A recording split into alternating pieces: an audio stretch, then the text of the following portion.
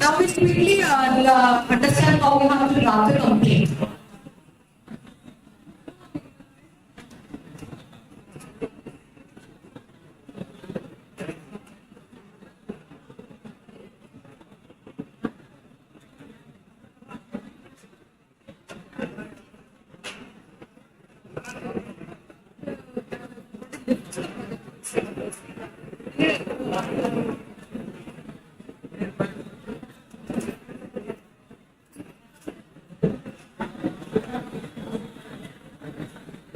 Now, under what circumstances you can file a private complaint?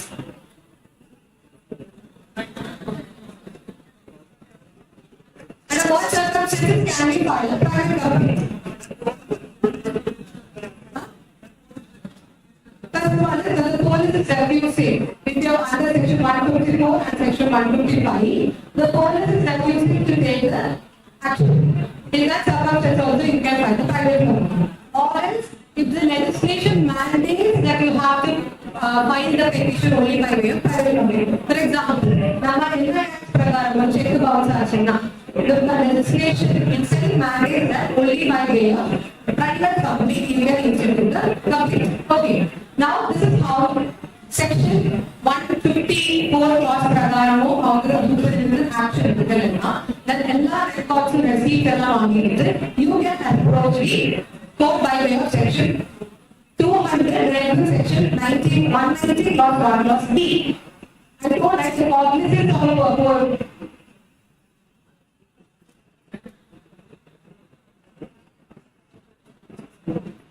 the court can take cognizance in 3 ways. That is by way of police report, by way of private complaint, or small or information given otherwise than the police can in 3 ways that they can take cognizance. So, private complaint is filed under section 190 clause 1 clause B as well as negative section 200. Now, what does section 200 says?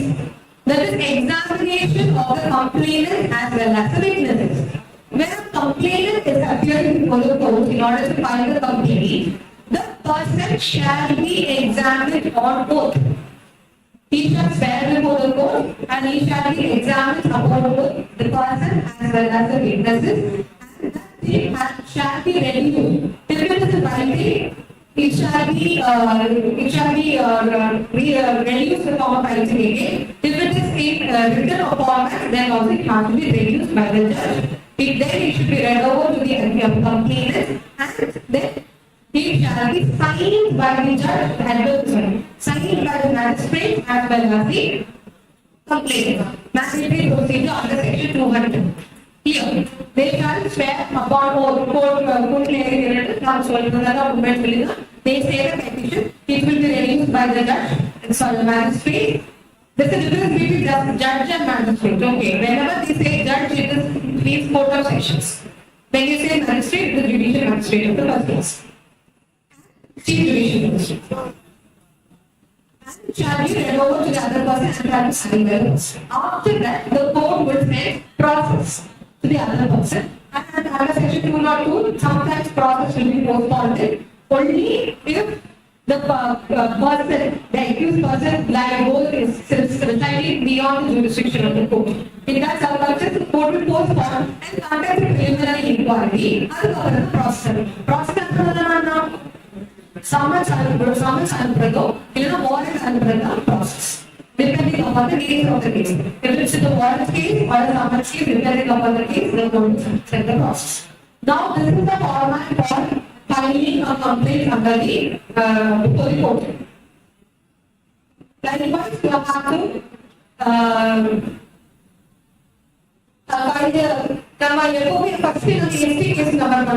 the court office is petition petition now once the court finds that there is some kind of action that had to be taken, then it will be numbered as ST or CC, depending on the nature of the case. Now, before in the court of resolve the court, CMP number, the name and the description of the complainant. Now, who are the accused? Accused details have to be mentioned. Now, similar as a Mandela, accused details have to be mentioned. And complaint, on what section you are filing complaint and under what are offences that the court has to take cognizance. Those things also must be mentioned. Okay. And complaint filing under the behalf of the complainant, what are offences and also under section 200 of CRS. Why section 156 clause 3 is being mentioned? Giving the direction, our ultimate aim is the police have to take the action, investigation under the court itself, or the police has to take the investigation under section 156 clause 3. Giving the direction to the concerned magistrate, jurisdiction under police to take the investigation. Now, if the investigation is approved, police is charge பண்ணுவாங்க.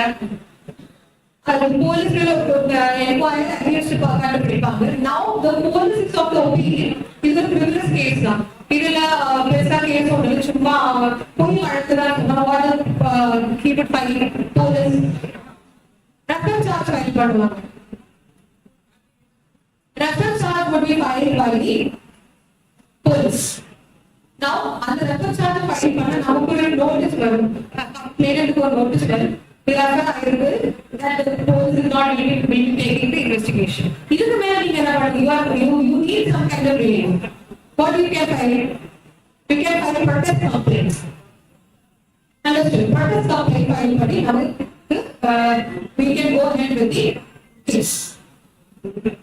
So this is how the complaint had to be. The what was the allegation? Whatever crime element that detail has to be even how the data that has to be mentioned. Every detail has to be mentioned while you take the complaint.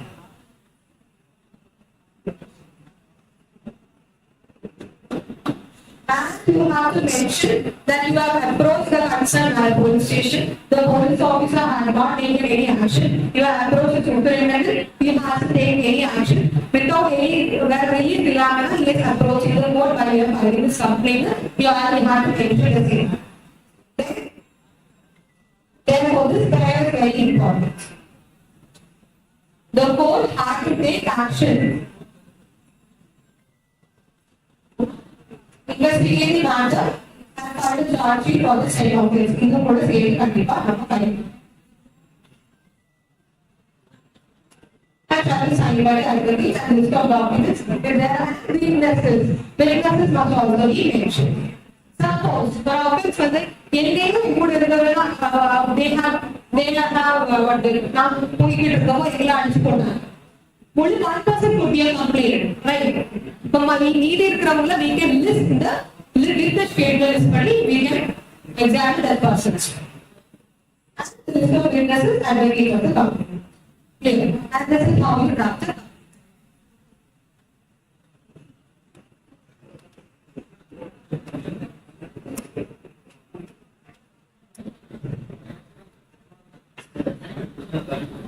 That is for today's class, and tomorrow we'll be continuing with another set of criminal cases. And thank you.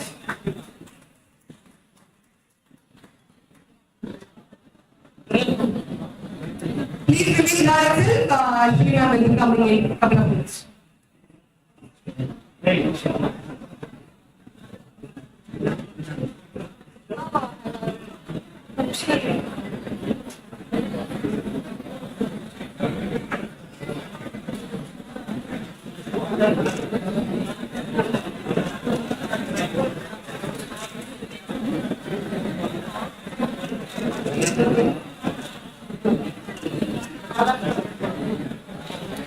Classes will be resting right now. Students are will be taking the rest.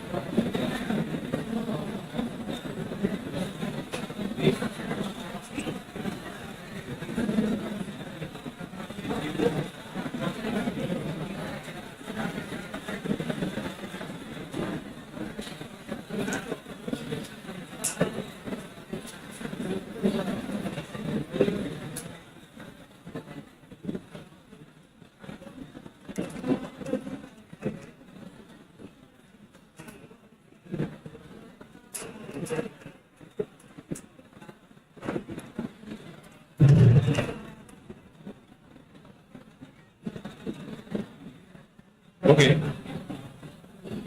Good morning, class.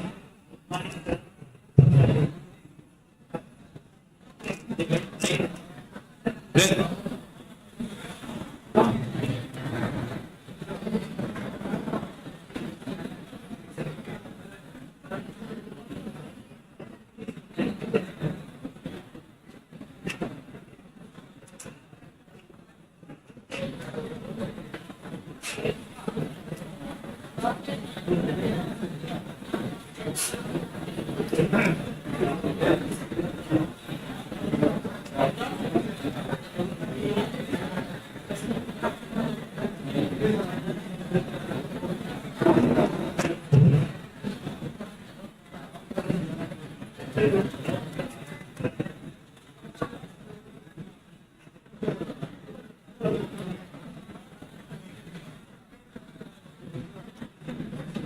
today our topic is about the drugs.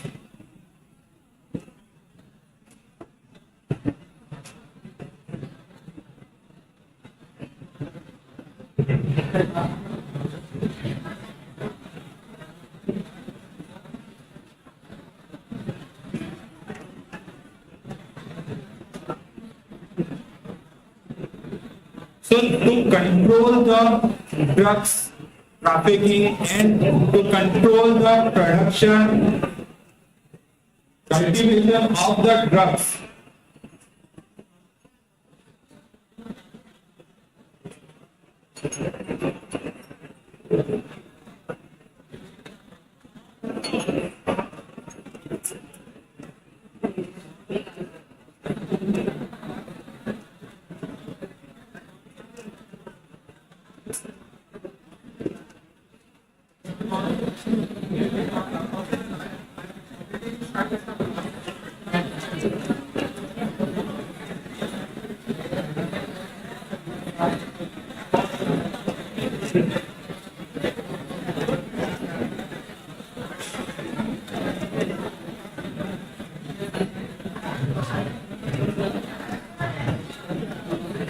so mostly in India, to control the production, cultivation, use of the drugs is controlled by an act named as Narcotic NDPS, Narcotic Substance and Psychotropic Drugs Act. Yes or no? So before going to that act, we need to know about the terminology and history of the narcotic, what is narcotic and what is drugs is. Mostly all the substances those which we turned it as a narcotics. So what is narcotics is, narcotics basically comes from a Greek word narcos, which means to make numb. That means the substance, after taking that substance,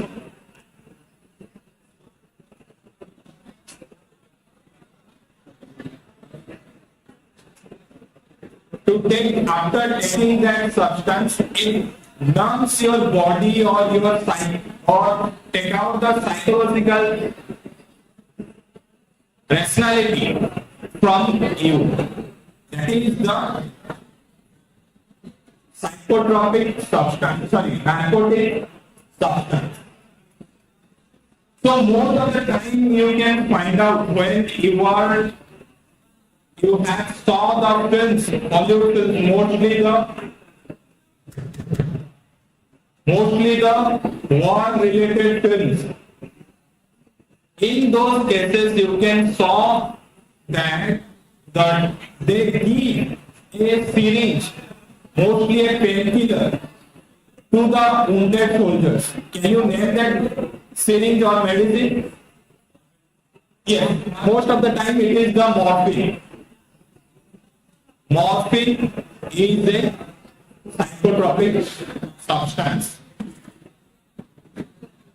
So there are many things in those cases you can find out. These substances, heroin, charas, ganja, bhang, all are termed as psychotropic substances.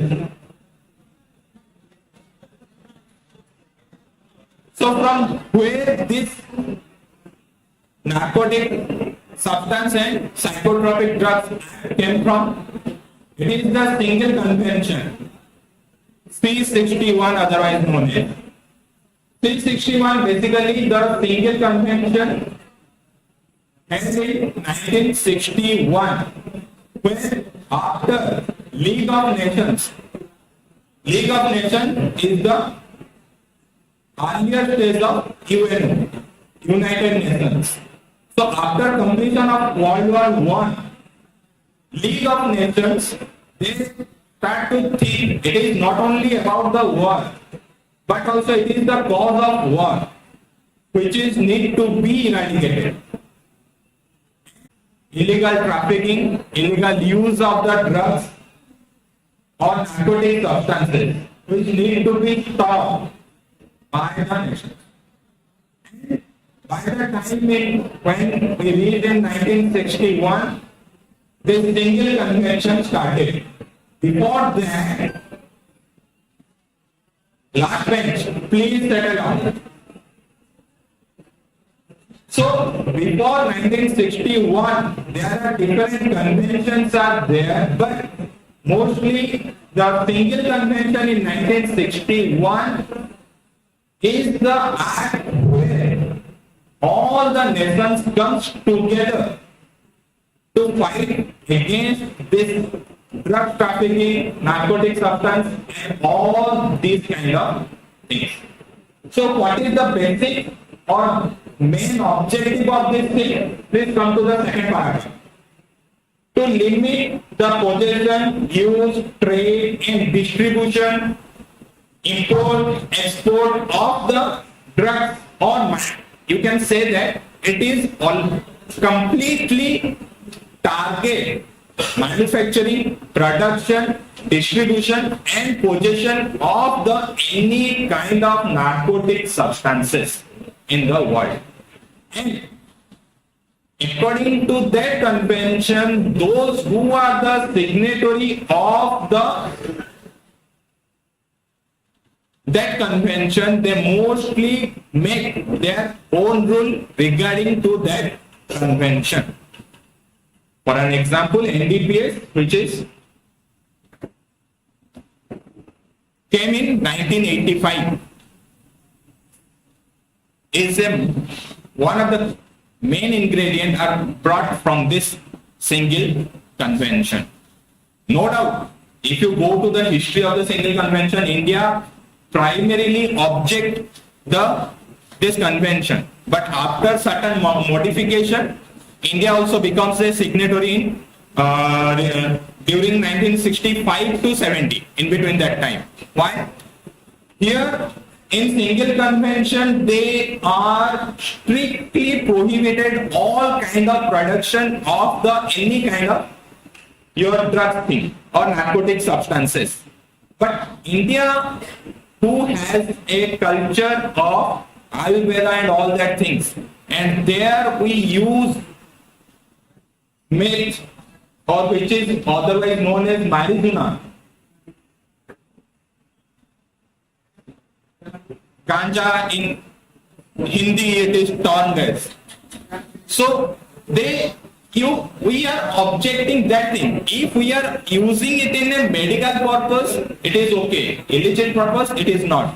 But single convention, it is totally denying the production, usages and all that things. Only that clause was objected by the India. And once it was negotiated, India also becomes a signatory of this convention.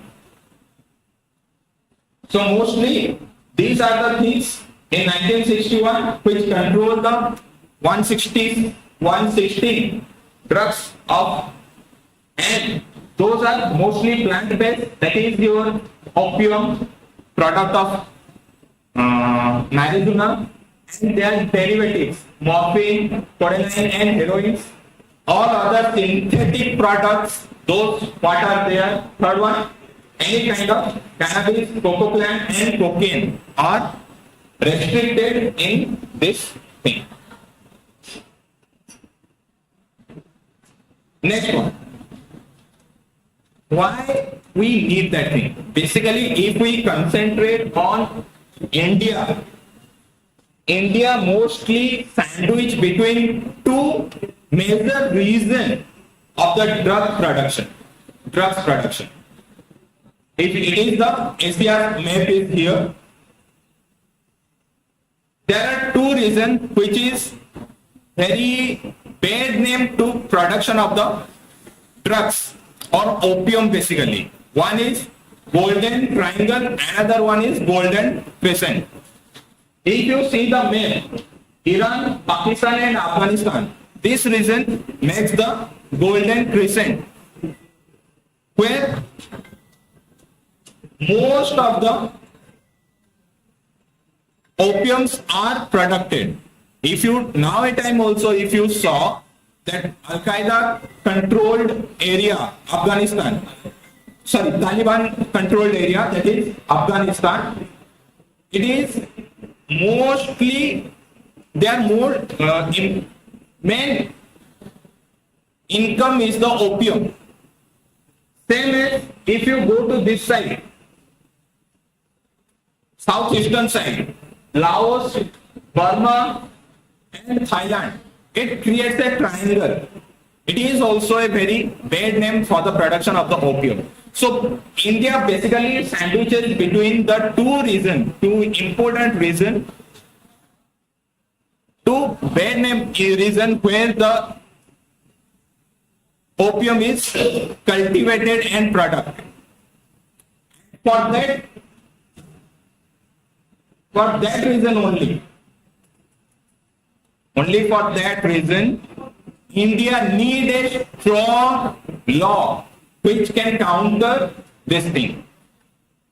If you mark this reason, mostly, if you have the knowledge, if you are going through the newspapers, mostly products are brought from this region. Someday before, Udta Punjab, because from that region, golden crescent, the Punjab region is the gateway for the opiums and all kind of drugs to India. And from this side, Nepal or our West Bengal.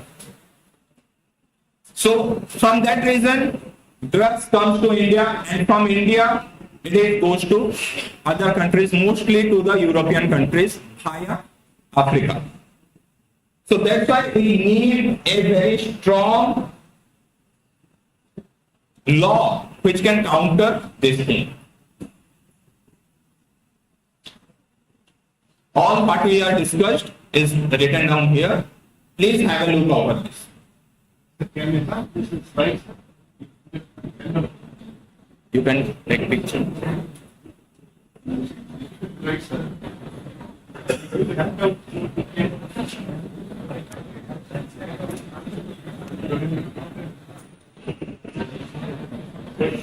Okay, this is done. All that what I discussed with you in that map, all things are written down here. Okay?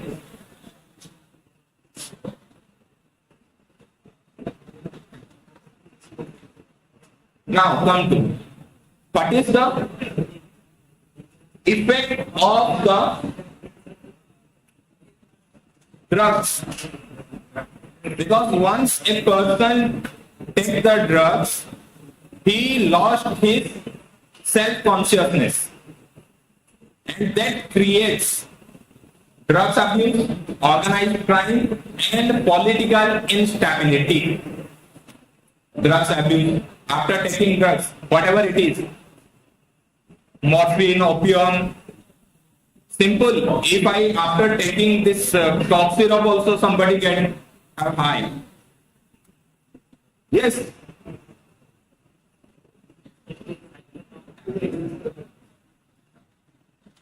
That I can't say. No? So, in those cases, if once I lost my consciousness, I can start to abuse anybody, whoever come in front of me. Drugs abuse, organized crime, those who are smoking here, you can find out that at a particular time, if you don't get a cigarette, bidi or whatever for the smoking is there, you have aggressiveness comes. That means at that particular moment you need a cigarette, bidi or whatever it is there.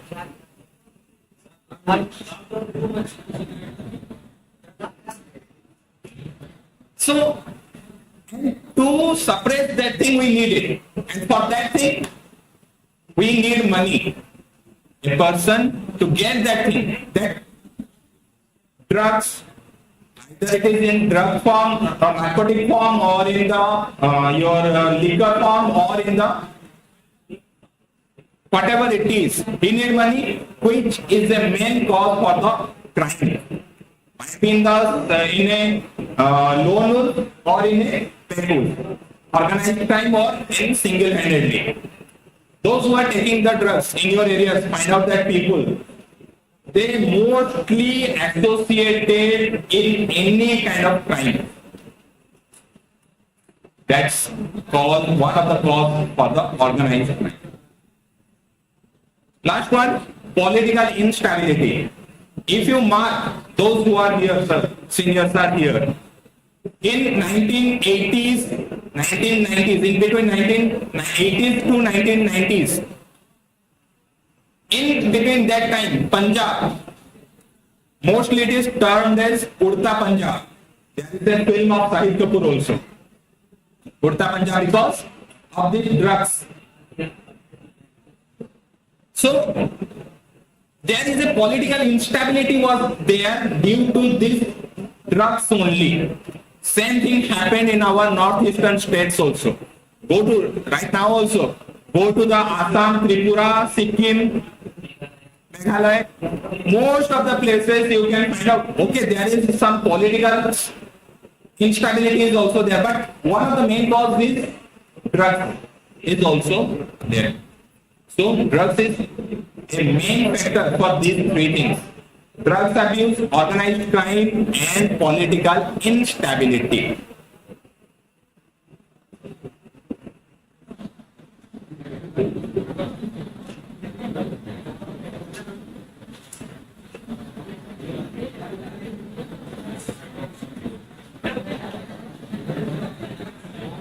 After these three main effect on the society, there is some other effects also which hamper the family, the youth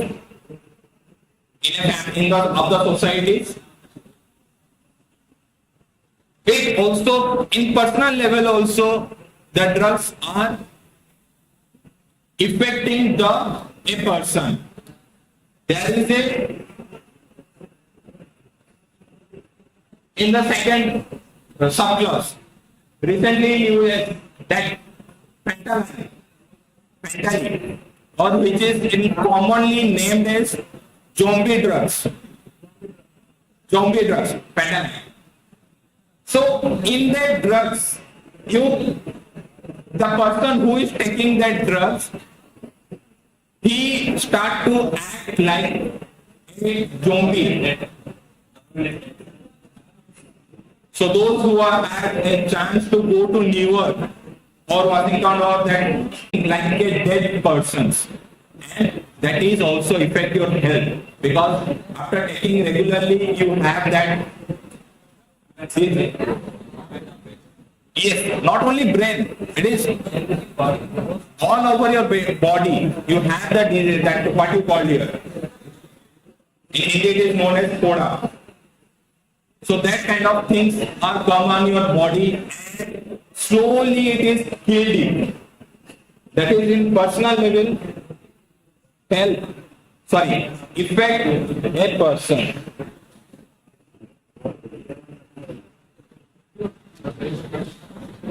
How India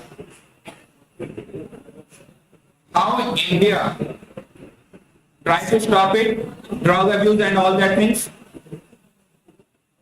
One, our act, NDPS Act, Narcotic Drugs and Psychotropic Substance Act 1985, which is after that single convention it came into force.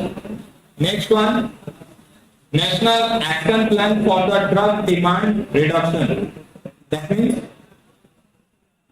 in the year 2018, the Ministry of Social Justice and Empowerment had taken plan to reduce the usages of the drugs, narcotic substances by the youth.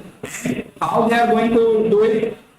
By giving them the preventive education, awareness, identification and counseling to those persons, and training and capacity building of the service providing through the collaborative effort from the government and NGOs. Mostly we can say that in single word, rehabilitation programs.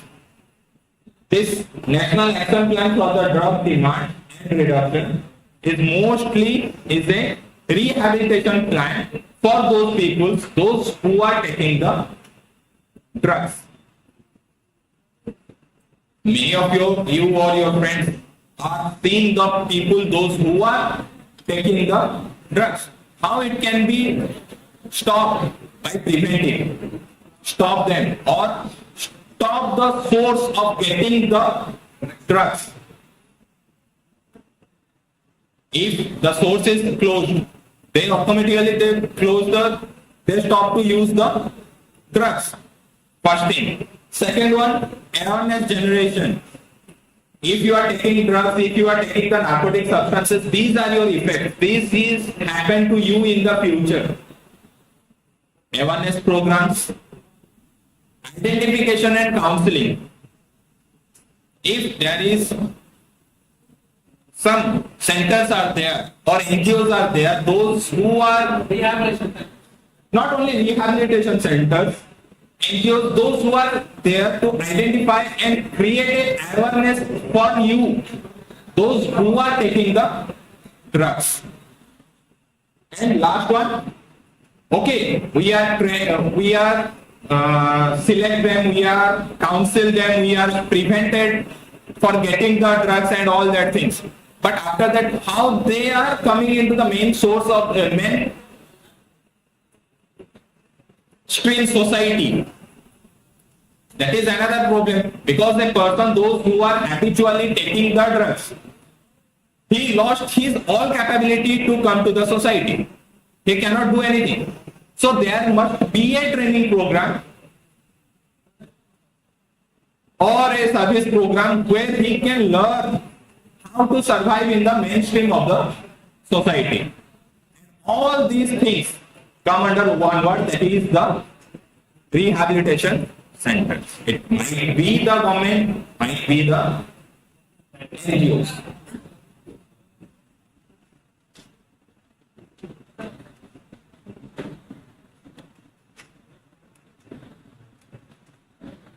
After that, always we చిన్న doubt. I got a small doubt. ask. Though the government of India are taking several serious steps to control the drugs, even though the government of India very keen the observing and controlling acts were made, even then it is increasing day by day. Among the public, among the masses of the country, what is the main reason? One or two reasons? Murder is punishable. Still One or murder two is there. reasons. One or two reasons. Next one is always the same question we ask to ourselves. All these things are happening. पैसा कहाँ से आएगा? Fund. No, it is not about us. It is about the government. Government is planning, preparing to prevent, creating awareness, creating the selection process that, okay, this person is a habitual drugs intaker. So, how we are going to get the fund for that thing? So, there is a national fund for control of drugs use, which created, if you go to section 7, later on we will discuss about this thing. 7A and 7B of NDPS Act is the provision for the creation of a fund where the money goes to those societies, those organizations, those who are there for the preventive awareness creation, rehabilitation things they are doing. For that, section 7 and 7A and 7B of NDPSR is there. Same way, Nasamuk Abhiyan is also there. Nasamuk Bharat, Drugs Free India campaign, which is also there, having with the same objective as that of the NDPS.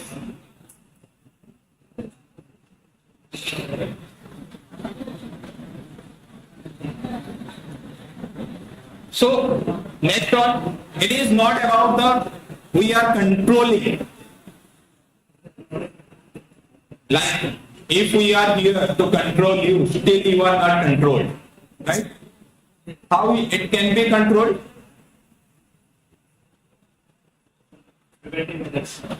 What is that? You are, sir, Ll.B. last sem. You are in 10th sem, some are in the 6th sem.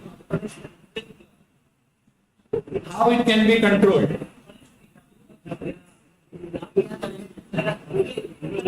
What is the source of main disturbance? That 16-inch sticks in your hand. Phone. Yes. Almost everyone. Don't take it that way. So, if it can be controlled, this thing, everyone, all having in their way, using it. So, if we stop that one, we can control it like that way. So, if drugs can be stopped entering into the India, it can be a very helpful to control the drugs inside India if it is not coming from outside. So, production is stopped, usage is reduced like that way. For that, our defense forces being taken for in land, BSF is there, National Coast Guards are there. So all those are there to stop mostly the illegal trafficking of the drugs. Someday before that Aryan Khan's case, Shahrukh Khan's son, almost 1,000 crore drugs was seized from the coast of the Maharashtra. Before that, in Andaman, 2,160 kgs of drugs are stopped or seized by the. As you know, there is no boundary between Nepal and India. But still we have to be very vigilant, not only for the terrorists, but also for these drugs kind of things also. If you go to Uttar Pradesh, Bihar, every day there is seizure of the drugs there, of some amounts. So we need to control that thing also.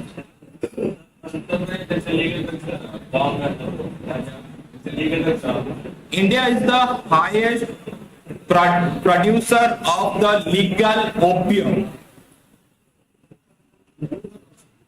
for the usages of the Indian medicinal and research purpose.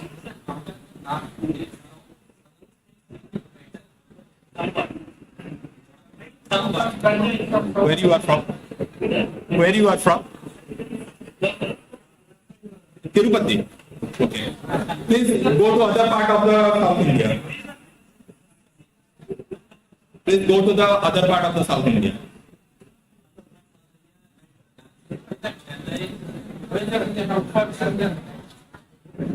Ask your friends. They give you the real data.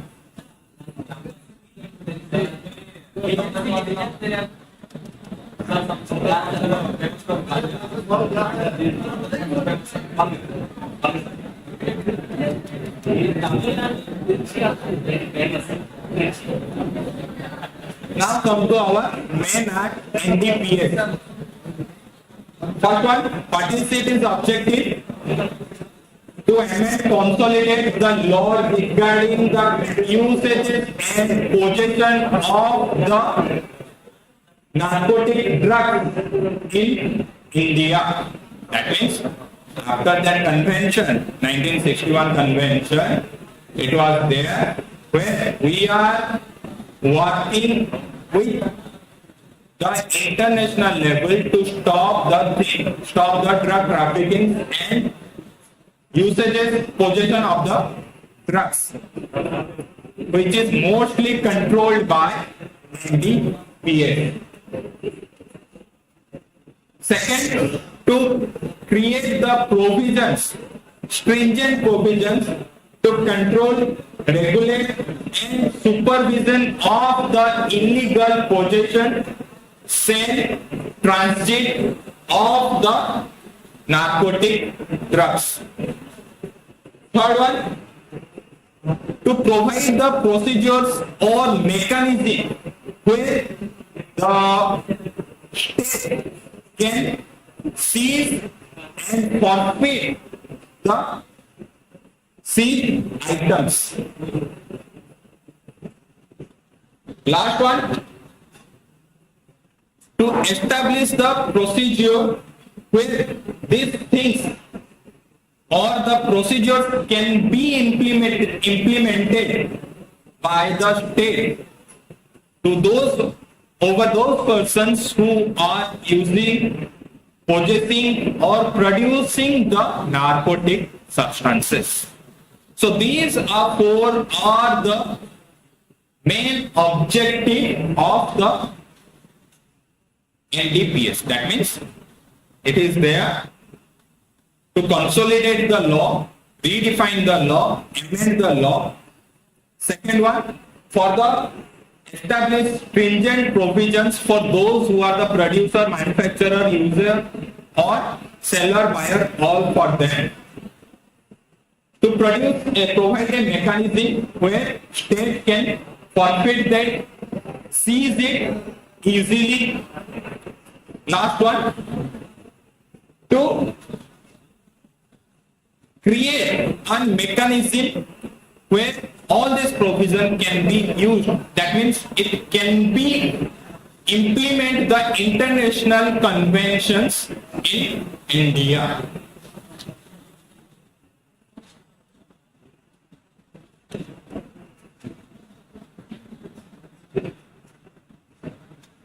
for last half an hour, we are discussing these things. But can you try to understand that what is the narcotic substance, narcotic drugs and psychotropic substances are? Or both have the same meaning?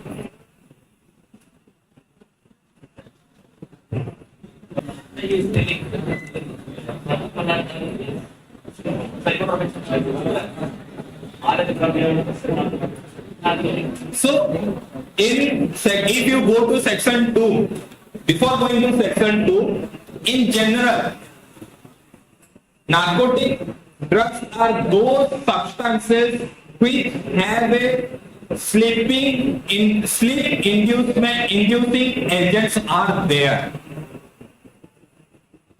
That means if you took the narcotic substances, mostly you feel sleepy. And psychotropic substances which modify your mind. That means it is not modified in a positive way, it is in a negative way.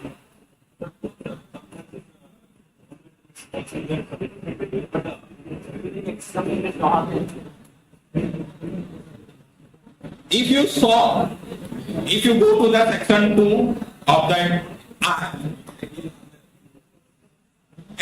both are, but in section 2, they don't give a exhaustive definition for both your narcotic drugs and psychotropic substances. They give only some examples that, okay, these things are coming from, these things are come under your psychotropic substances and these things are come under narcotic drugs, which is given here.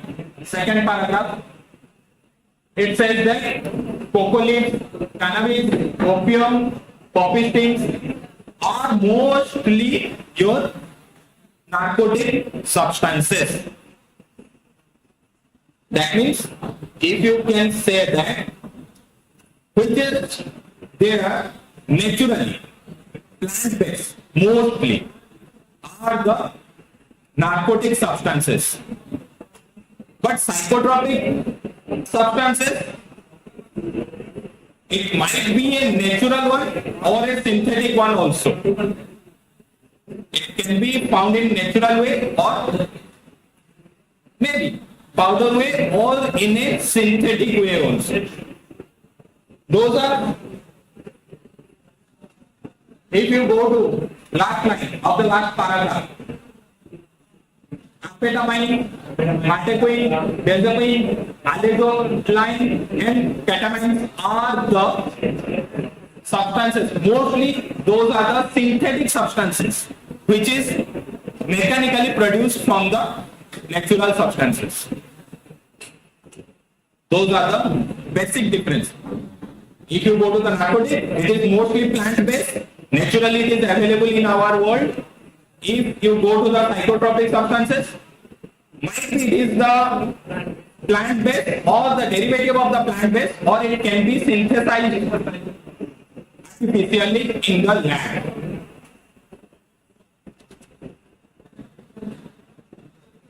Now the category of the drugs.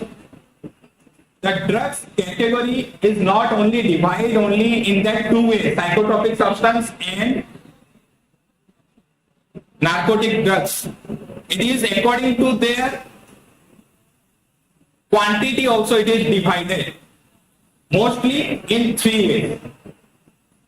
First one small quantity, second one commercial quantity, and third one is in between. For that you can get the punishment also for production, for possession of that particular drugs. And one more thing, there is no straitjacket formula for each and every, or you cannot say that okay 1 kg is the small quantity, 10 kg is the commercial quantity. No, you cannot say like that. It is different for different substances. Sorry? Yes.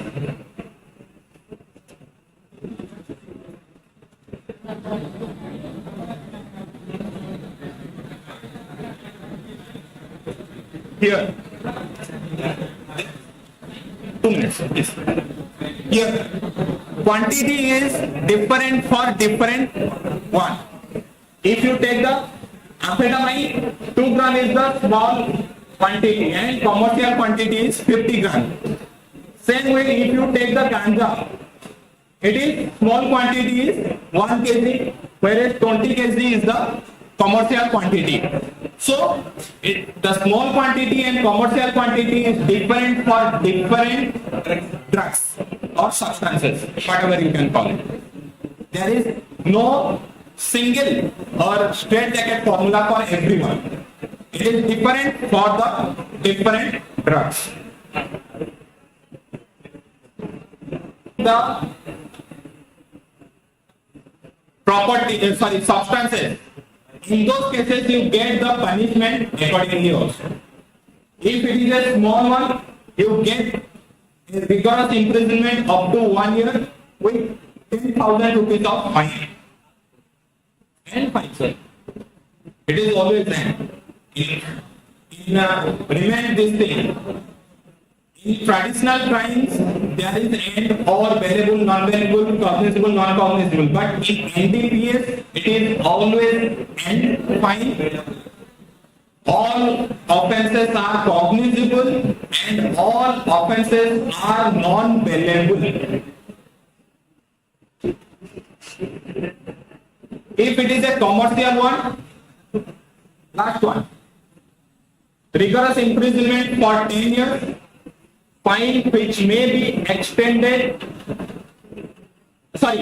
rigorous imprisonment which is not less than 10 years but which may be extended to 20 years, and fine which may be extended to 2 lakhs rupees.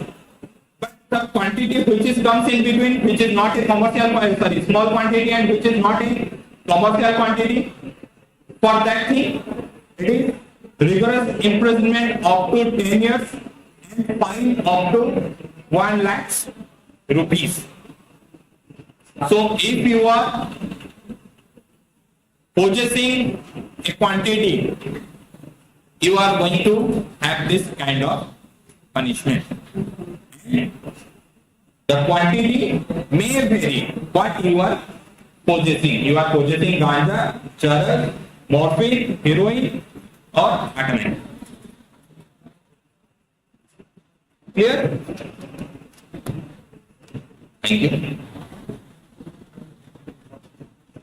Now let's discuss some important sections. In section 2, you find out that they give a list of the drugs. That means which are comes under the narcotic drugs and which are comes under the psychotropic substances.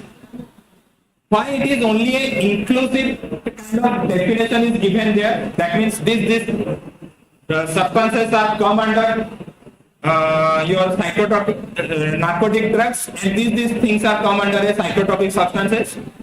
Because section 3 gives the power to the government that for time to time they can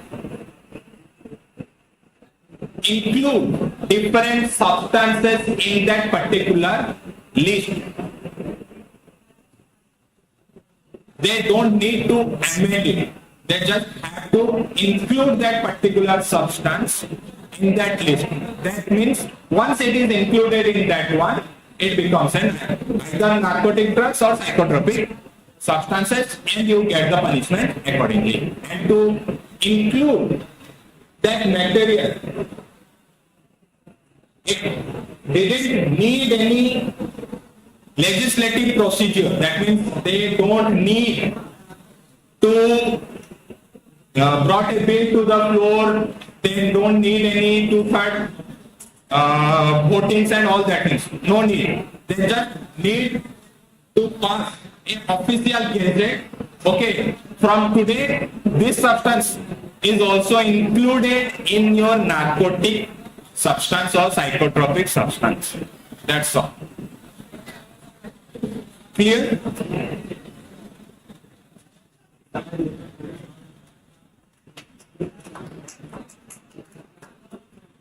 रुक जाओ भाई, इतना जल्दी क्या है?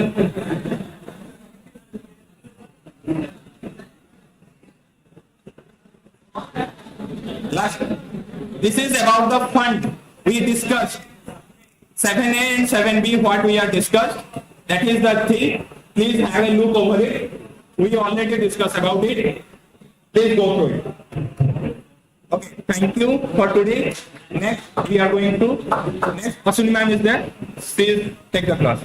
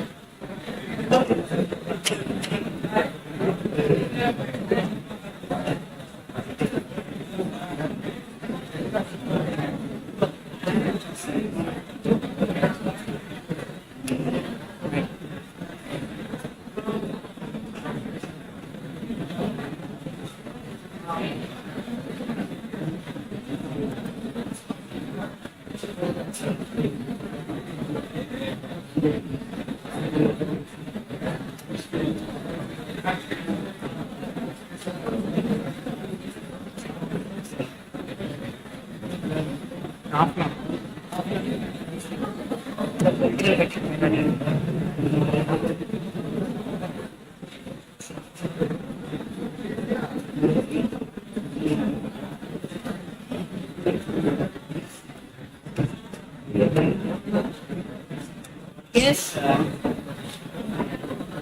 Shall we continue? Huh?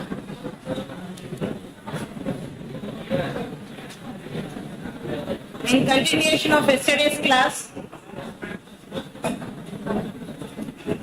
the last rows.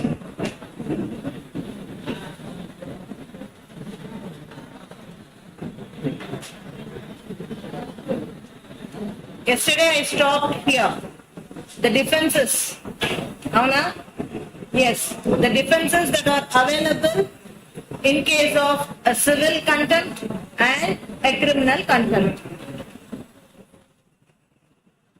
You might have noted all the defenses.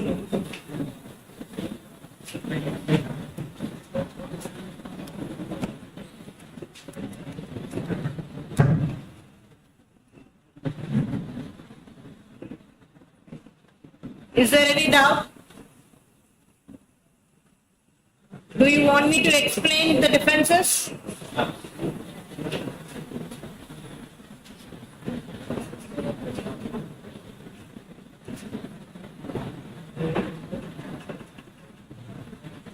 Yes. Coming to a civil defense, civil contempt. Defenses available for a civil contempt. Number one, what is that? What is that? What is the first defense? See the slide. Disobedience of the order is accidental or which is not willful. What does it mean? Disobedience leads to contempt of court. I am refreshing. What amounts to contempt? Disobedience to an order amounts to contempt. So if the disobedience is unintentional, if the disobedience is not willful, then on valid proof, that is considered a defense, can avoid a charge of contempt. On valid proof, ఊరికే చెప్పేస్తే సరిపోదు. And next, second defense is disobedience to the order if passed by a court having no jurisdiction. Can we call this as extraterritorial jurisdiction? Can that be considered? Yes or no? No. No. Who said no? See, you have to defend your answer. A court having jurisdiction passes an order and it is the duty to abide by the order. This is the general rule. A court having no jurisdiction passes an order and expects the party to abide by the order. Situation, presume the situation. Non-compliance of such order where the order was passed by a court having no jurisdiction, lack of jurisdiction, and so need not be abide by the order. That is a defense. Number 3, violation of order of a court due to ambiguity. Order itself is ambiguous. It's not clear. Point 3 and 4 are related to each other.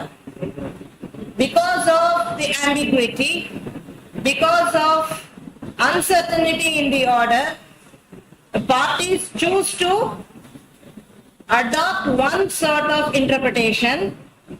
ఎవరికి ఎలా తోస్తే అలా follow అయిపోతూ ఉంటారు order ని. ఎందుకు? Clarity లేదు order లో.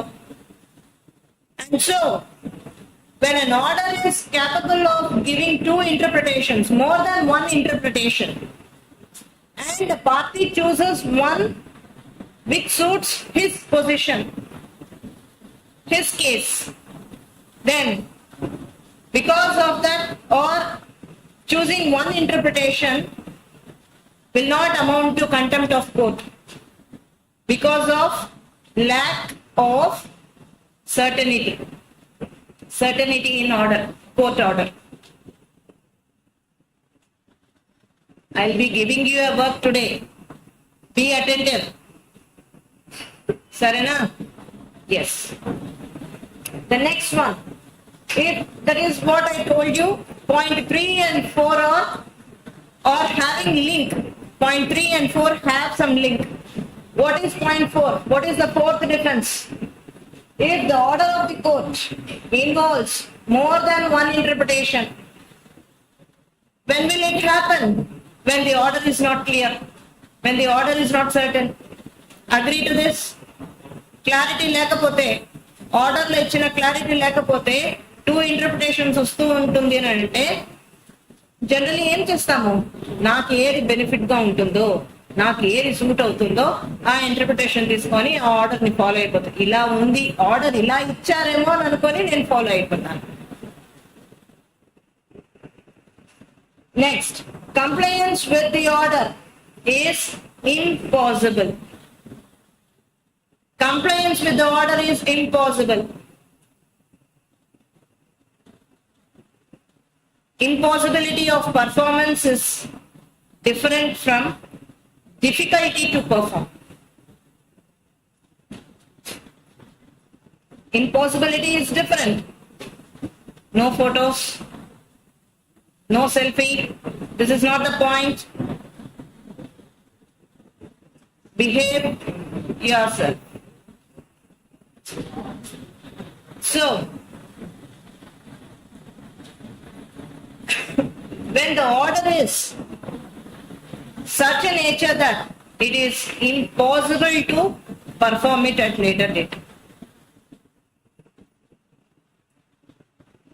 and the party takes a defense that it is very difficult to perform now, and so I have not complied with the order, and there comes the question whether the order is difficult to comply with or impossible. Is it impossible nature or difficult nature? If it is impossible, then only that can be considered as a defense. Impossible. కుదరదు తల కిందలుగా తపస్సు చేసినా కూడా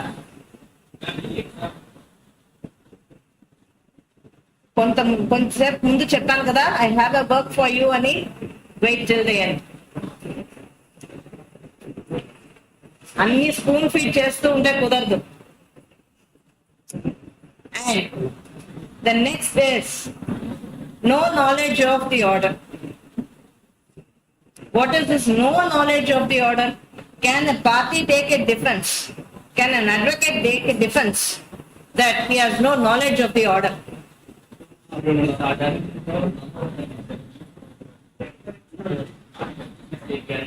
Emma? Ignorance of law is excusable, but not an order. Ignorance of law is excusable, huh? Not excusable. Okay, ignorance of law is not excusable. Ignorance of order is excusable. ఎక్కడికి తీసుకొచ్చినా Sharma?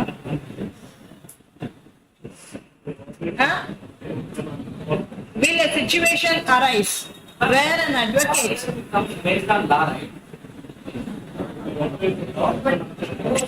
see, officially communicating the order is one stage. Having knowledge of the order is the prior stage. Order వచ్చేసింది ని వినడం, knowledge of order, and officially communicating the order.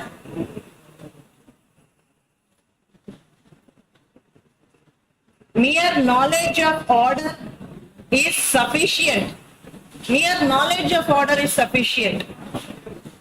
But he has to prove that we do not have knowledge of passing of such order. Though not officially communicated, having knowledge of an order itself is a conclusive proof that he cannot take a defense on that ground. Okay, coming to the defenses that are available for a criminal contempt.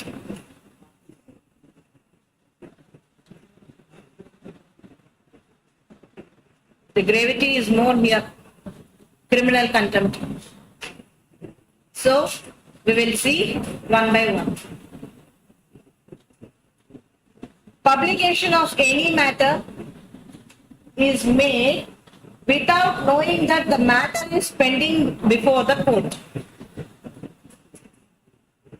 Publicizing a matter which is not disposed of, it is still pending before the court, and making comments on the case. Number 2, publication of already decided cases. Already decided case. What is the difference between 1 and 2?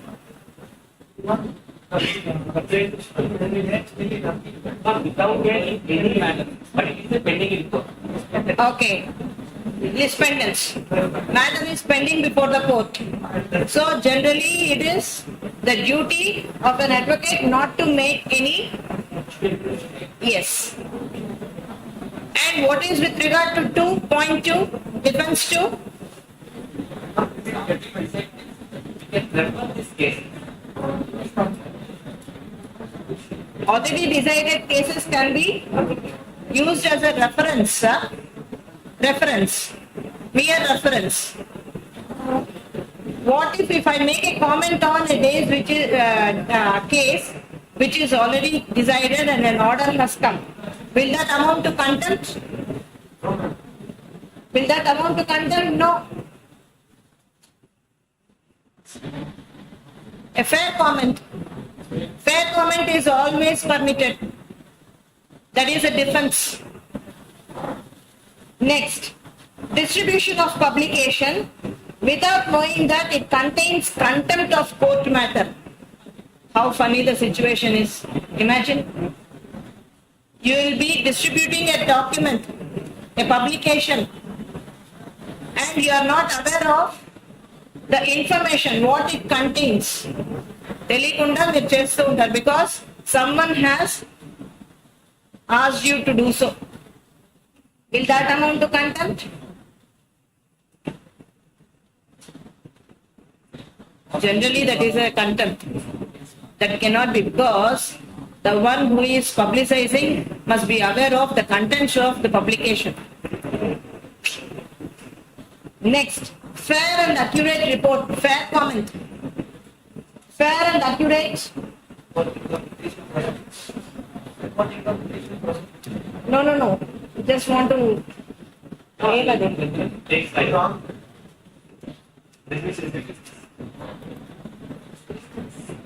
No, I'm not able to do it. Because mouse out there.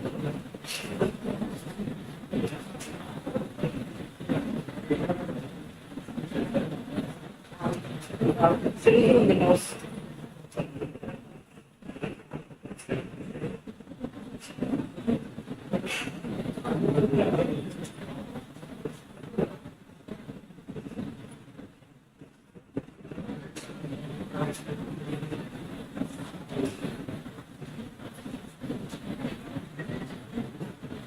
Previous slide, Shadna.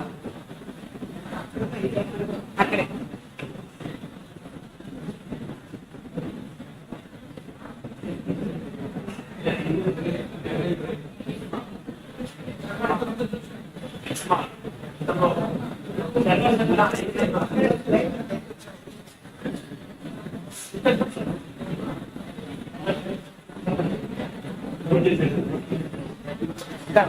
Next, previous. Next, previous. Previous. 2 minutes.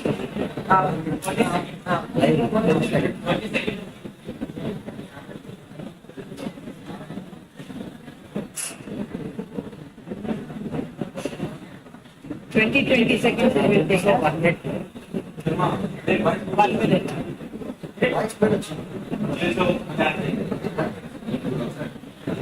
Yes.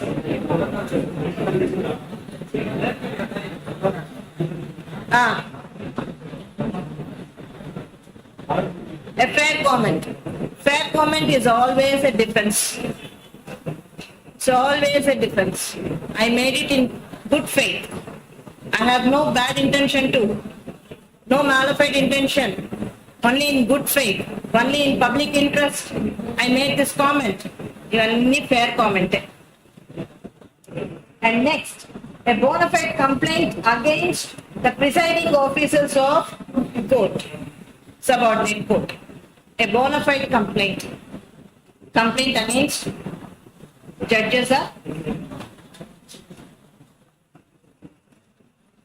And next,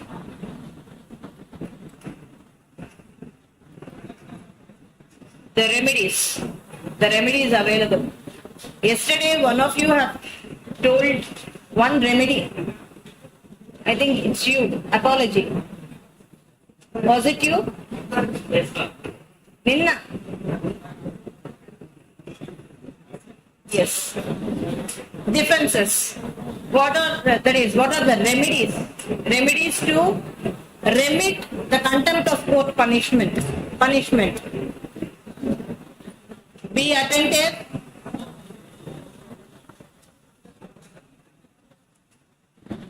The remedies are: number 1, apology. Seeking apology. The repentance must be a plain repentance, a truthful repentance, not for namesake. So, is a court is bound to accept an apology? Is a court bound to accept an apology? It is the discretion of the court. It is not a mandatory rule that a court must accept the apology in case of contempt of court. It depends. It depends on, and again, depends on certain factors. What are the factors? The reputation of an advocate. Okay. Then the gravity of the contempt. to what extent it affects the relationship and the attitude of an advocate. These are all the factors that are taken into consideration by the court while remitting the punishment, while reconsidering the punishment, and so.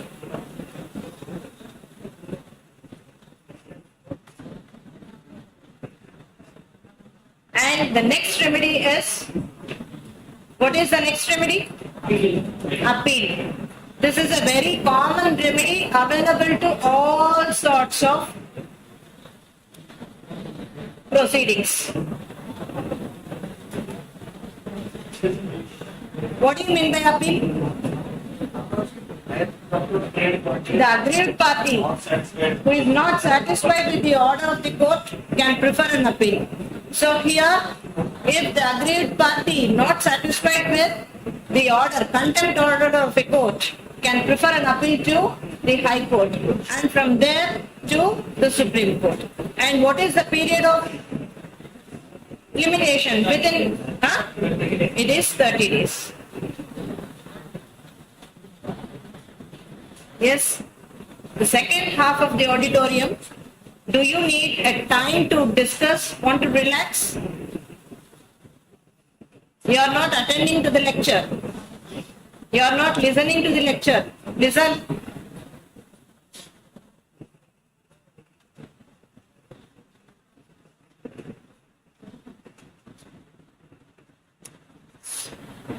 And next case. In relation to this contempt of court, I would like to share one important case where a writ petition was filed against a judge. Here, what actually happened is, you can note down the case, make part still than chance in the.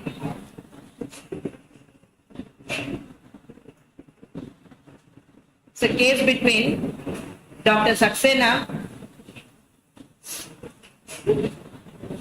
and Honorable Chief Justice of India. In which year it was passed? Decided. The case related to 1996. 1996. I have made certain important points relating to this particular case. If you can able to give a reading to the case, facts and the situation, you can easily understand. No doubt I will read and explain. That's different. But if you can read, it's appreciated. So in that case, a writ petition was filed, a writ was filed in the Supreme Court by way of public interest litigation, seeking recovery of expenditure. See, each and every word matters here.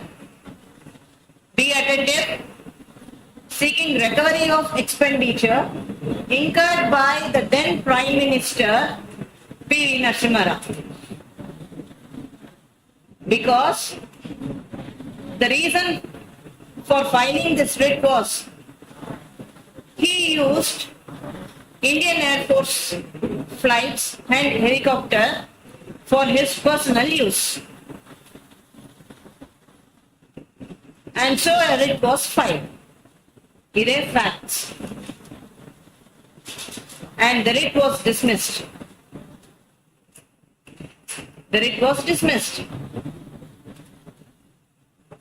Thereafter, Dr. Saxena, again filed a second writ petition.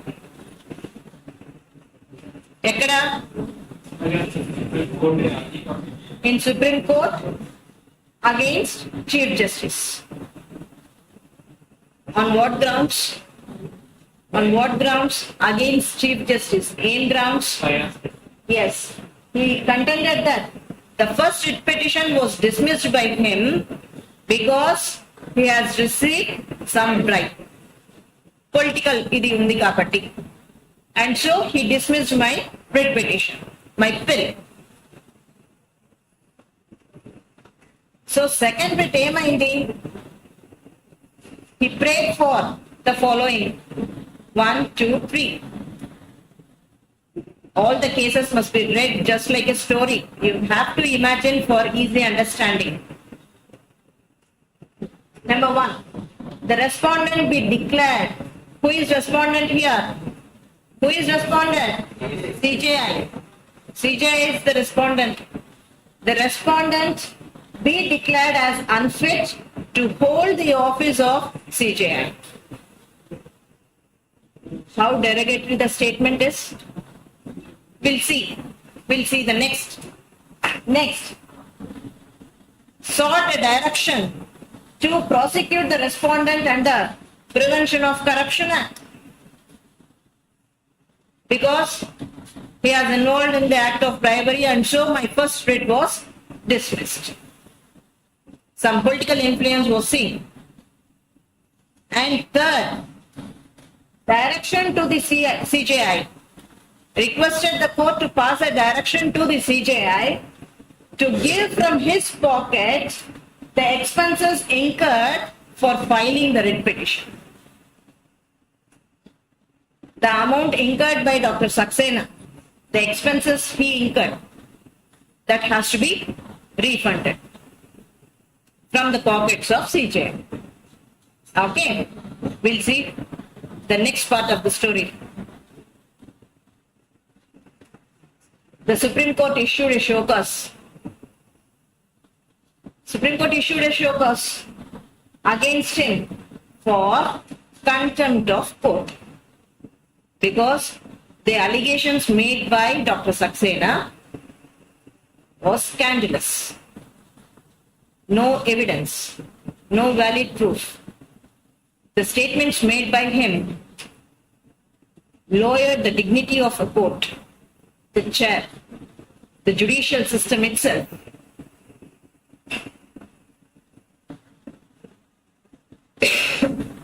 Scandalous, and the allegations made are reckless attack on the CJI, the entire judicial system, which is considered as supreme. Dr. Saxena denied all the allegations. Appudu Kalaberaniki vachinadu Saxena. He pleaded that he had filed the petition only in public interest. He did not have any malified intention to derogate the status of the judiciary, to lower the status of the judiciary. Only in public interest, I filed a bill. Public interest litigation. Even if court wants to, I'll make certain modifications in my petition. Ever advice chesi undali? Who should have advised Dr. Saxena?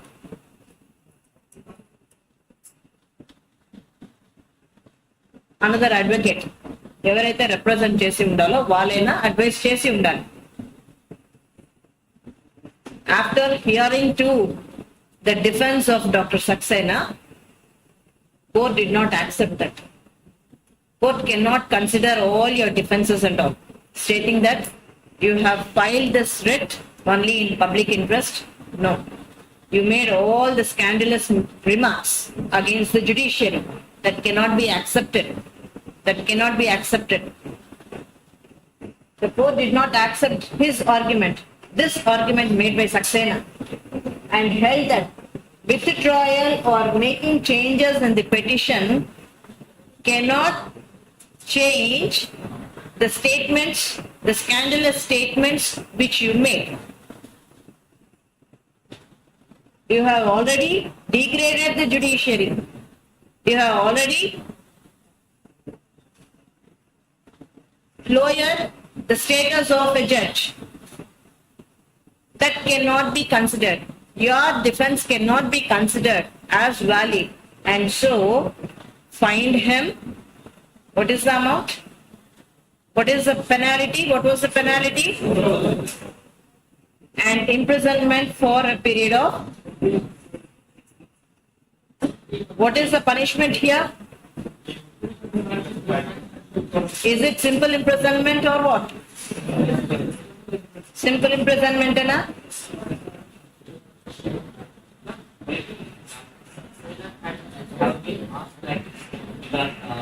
Why the petition had to dismiss? Why? He could have asked like that. He could have asked. అడిగి ఉంటే అక్కడితో అయిపోయండి అది కాకుండా charge చేశారు కదా ఆయన dismiss చేస్తున్నారు దేనికని ఆయన బ్రైబ్ ఏదైనా తీసుకొని ఉన్నారు కాబట్టి నా పిటిషన్ డిస్మిస్ చేస్తున్నారు సో సెకండ్ బిట్ అనేది ఫైల్ చేస్తున్నారు అవునా సో అక్కడ అలిగేషన్ కానీ చేయకుండా ఉంటే సేఫ్ అయి ఉంటారు would have taken a different approach అవునా సో ఎక్కడైతే జ్యుడిషియరీ పైన ఒక అలిగేషన్ అనేది చేసినారో దాన్ని పట్టుకొని వాళ్ళు next is contempt by the judges, the judiciary, magistrate or other authority.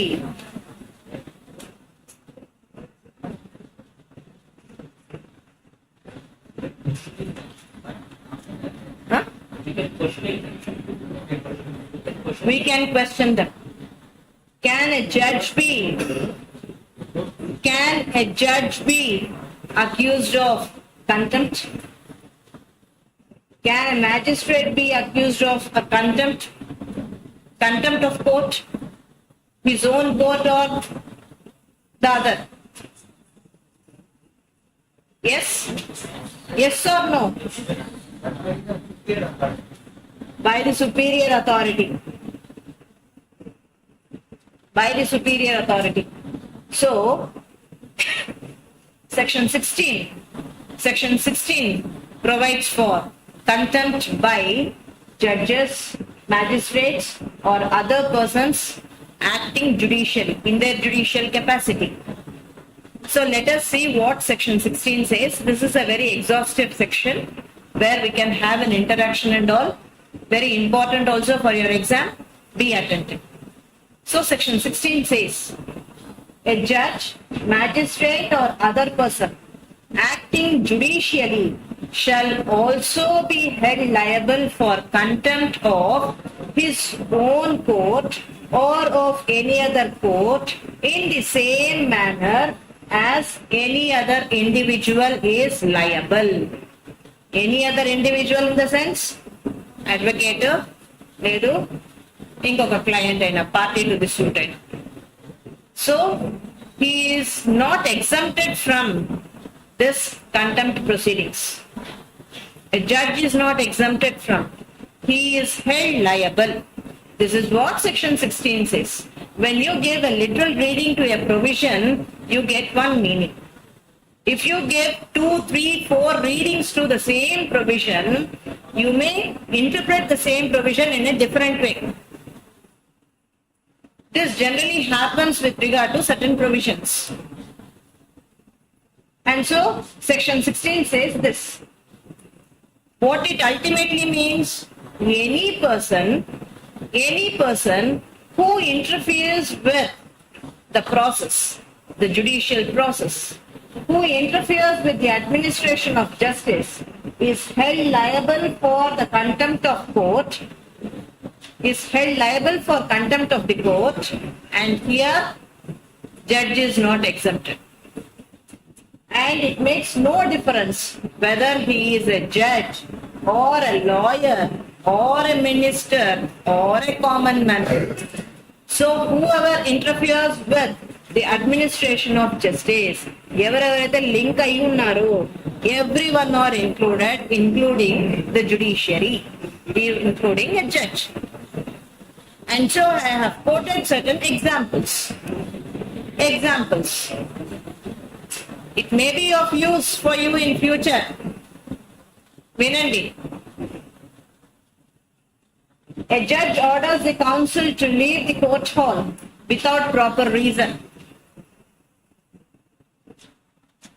In previous class we have discussed, avuna, duty of a judge also. Vinnama leda? He should be patient enough to listen to the counsel. Next, a magistrate who delivered a reserved judgment after 8 months without reasonable cause.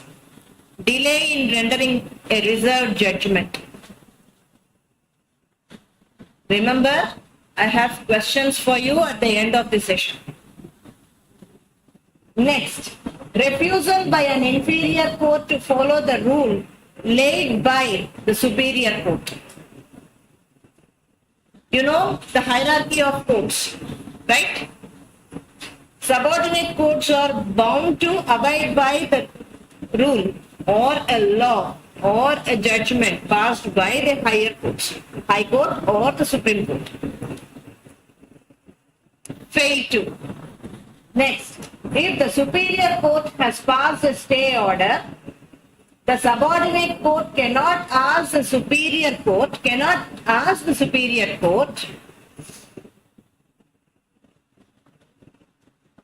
to state the law under which the order has been passed. Is it permitted by a subordinate court judge to ask a high court authority under what law you have passed the stay order? అడిగేదానికుందా? Rule position తెలుసుకొని ఉండాలి కదా. Yes.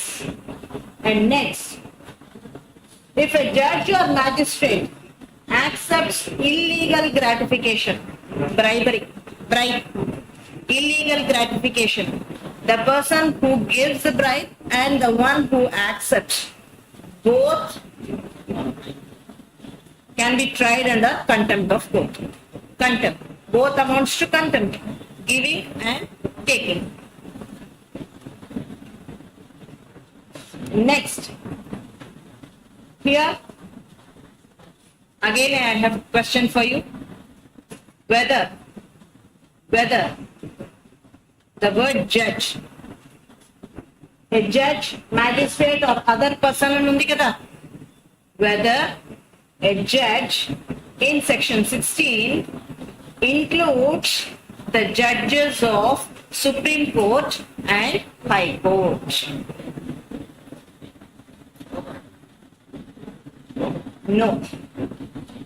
Judge, the word judge mentioned in section 16 includes judges of High Court and Supreme Court. Is the question. Can they be tried for contempt? No. Why? They are not judges. They are not judges. They are justice. They are justice.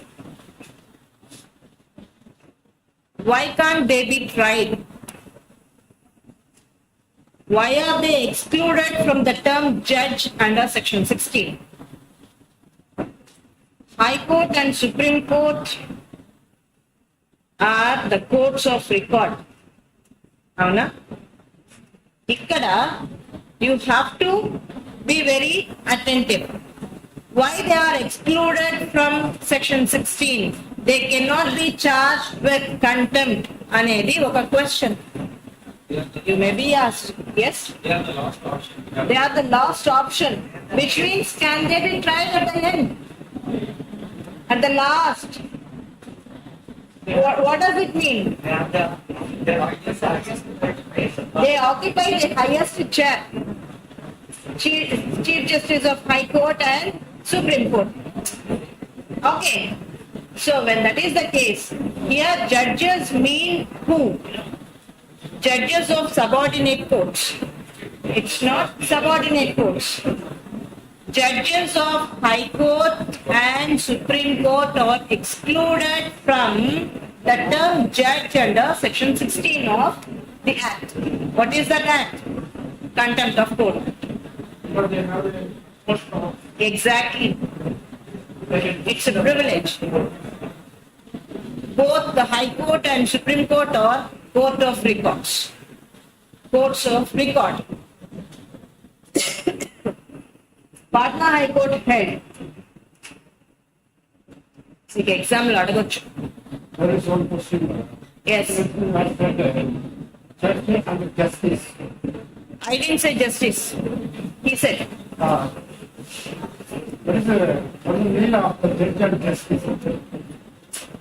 The judges are the same person. Yes. You have to give the justice. What is the difference between judge and justice? Between the final decision of our justice is the judgment.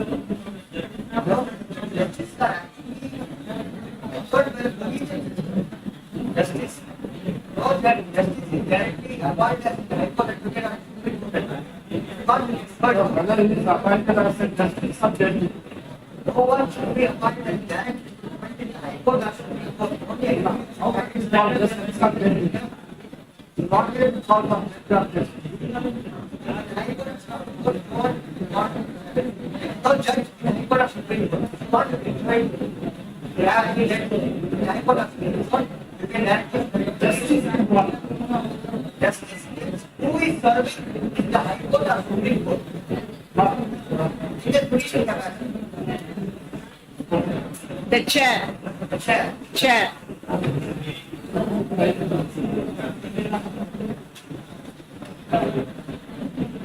Is it time for attendance? Huh? Do you want me to continue later? Sir? After 5 minutes. Yes. And so, listen. I take 10 minutes too.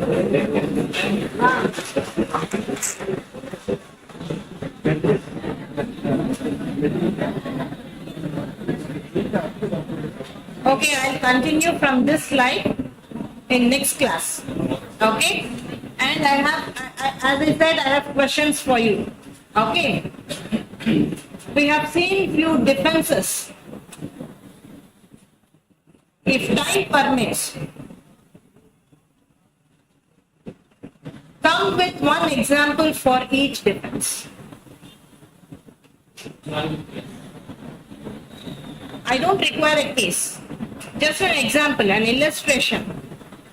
Okay, in what situation a particular defense can be taken? Okay? You need not go for the cases, citation and all.